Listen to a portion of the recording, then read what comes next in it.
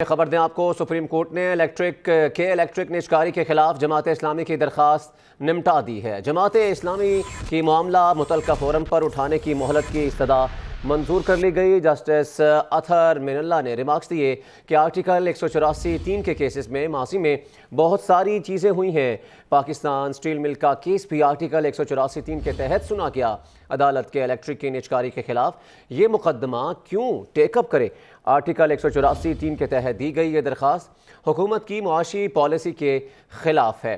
تو یہ اہم سماعت ہوئی ہے، اہم کیس کی۔ عدالت کے الیکٹرک کی نجکاری کے خلاف یہ مقدمہ کیوں ٹیک اپ کرے؟ جسٹس اطہر من اللہ کی جانب سے ایسا کہا گیا ہے، اور جماعت اسلامی ہمارے لیے قابل احترام ہے۔ یہ اہم ریمارک سامنے آئے ہیں جسٹس اطہر من اللہ کی جانب سے۔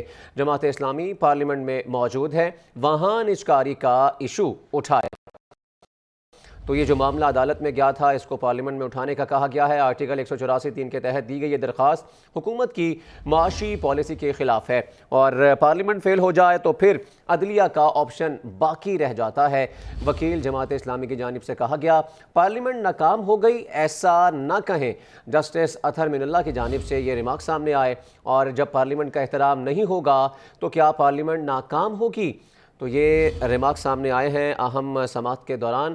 عدالت نجکاری کو کیسے منسوخ کرے؟ جسٹس عائشہ ملک کی جانب سے کہا گیا، ٹیرف کا تعین کرنا نیپرا کا کام ہے، اور اس کے ساتھ ساتھ جو معاشی معاملات ہیں اس کو پارلیمنٹ میں اٹھانا چاہیے۔ ہم نیپرا اور کونسل آف کمپلینٹ سے رجوع کرنا چاہیں گے، وکیل جماعت اسلامی کی جانب سے کہا گیا۔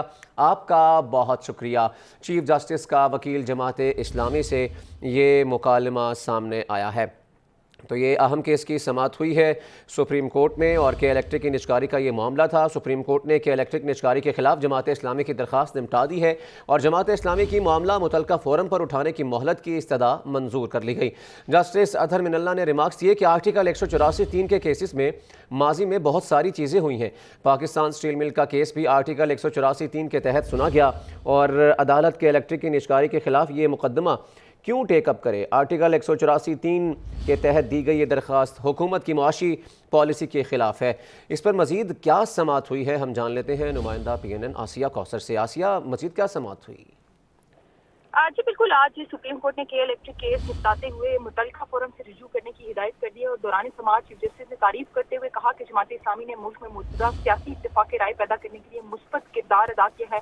جسٹس اطہر من اللہ نے کہا کہ جماعت اسلامی پارلیمنٹ میں موجود ہے، وہاں نجکاری کا ایشو اٹھائے، ایسے اقدامات سے ہی پارلیمنٹ مضبوط ہوگی۔ میں آپ کو یہ بھی بتاؤں کہ کراچی کو بجلی سپلائی کرنے والی کمپنی کے الیکٹرک کی نجکاری کے خلاف جماعت اسلامی کی درخواست پر جو ہے وہ سماعت چیف جسٹس عمر عطا بندیال کی سربراہی میں 3 رکنی بینچ میں نے کی، جس میں جسٹس اطہر من اللہ نے کہا کہ آرٹیکل 184(3) کے کیسز میں ماضی میں بہت ساری چیزیں ہوئی ہیں، اور پاکستان سٹیل مل کا کیس بھی آرٹیکل 184(3) کے تحت سنا گیا۔ عدالت کے الیکٹرک کی نجکاری کے خلاف یہ مقدمہ کیوں ٹیک اپ کرے؟ جماعت اسلامی ہمارے لیے قابل احترام ہے۔ ساتھ ہی ساتھ یہ بھی کہا گیا کہ جماعت اسلامی پارلیمنٹ میں موجود ہے، وہاں نجکاری کا ایشو اٹھائے، اور آرٹیکل 184(3) کے تحت دی گئی یہ درخواست حکومت کی معاشی پالیسی کے خلاف ہے۔ وکیل جماعت اسلامی رشید رضوی نے پارلیمنٹ فیل ہو جائے، انہوں نے کہا کہ پارلیمنٹ فیل ہو جائے تو پھر عدلیہ کا آپشن ہی باقی رہتا ہے۔ ساتھ ہی ساتھ جسٹس اطہر من اللہ نے ریمارکس دیتے ہوئے کہا کہ پارلیمنٹ ناکام ہو گئی ایسا نہ کہیں۔ جب پارلیمنٹ کا احترام نہیں ہوگا تو کیا پارلیمنٹ ناکام نہیں ہوگی؟ پارلیمنٹ کا احترام کریں، یہ معاملہ کورٹ میں لانے کے بجائے پارلیمنٹ میں اٹھایا جائے، ایسے اقدامات سے ہی پارلیمنٹ مضبوط ہوگی۔ جسٹس عائشہ ملک نے ریمارکس دیتے ہوئے کہا کہ عدالت نجکاری کو کیسے منسوخ کرے؟ ٹیرف کا تعین کرنا نیپرا کا کام ہے۔ وکیل جو تھے جماعت اسلامی کے، انہوں نے کہا کہ نجکاری کے معاہدے پر عمل نہیں کیا گیا۔ چیف جسٹس نے کہا موجودہ کیس میں 2 ججز نے قانونی نکات کو اٹھایا ہے، کتنی انویسٹمنٹ آئی ہے، کیا نتائج نکلے، ہم اس کو نہیں دیکھیں گے، یہ سب تجربے کی بنیاد پر کہہ رہے ہیں۔ چیزوں کو منسوخ کرنا آسان جبکہ اکٹھا کرنا اور بنانا مشکل ہوتا ہے۔ عوامی مسائل حل نہ ہونے کی وجہ سے نجکاری کا عمل کیا گیا ہے، اس مرحلے پر تفصیل میں جانا مشکل ہے۔ چیف جسٹس نے یہ بھی کہا کہ اگر سپریم کورٹ نے اکانومک ایشو سے دور رہنے کا لکھ دیا تو دوسرے فورمز بھی یہی کہیں گے۔ ساتھ ہی ساتھ یہ بھی کہا گیا کہ بہتر ہے کہ اس درخواست کو واپس لے کر متعلقہ فورم پر جائیں، اور عدالتی آبزرویشن کے بعد جماعت اسلامی کے وکیل رشید رضوی سمیت تمام درخواست گزاروں نے درخواست واپس لے لی۔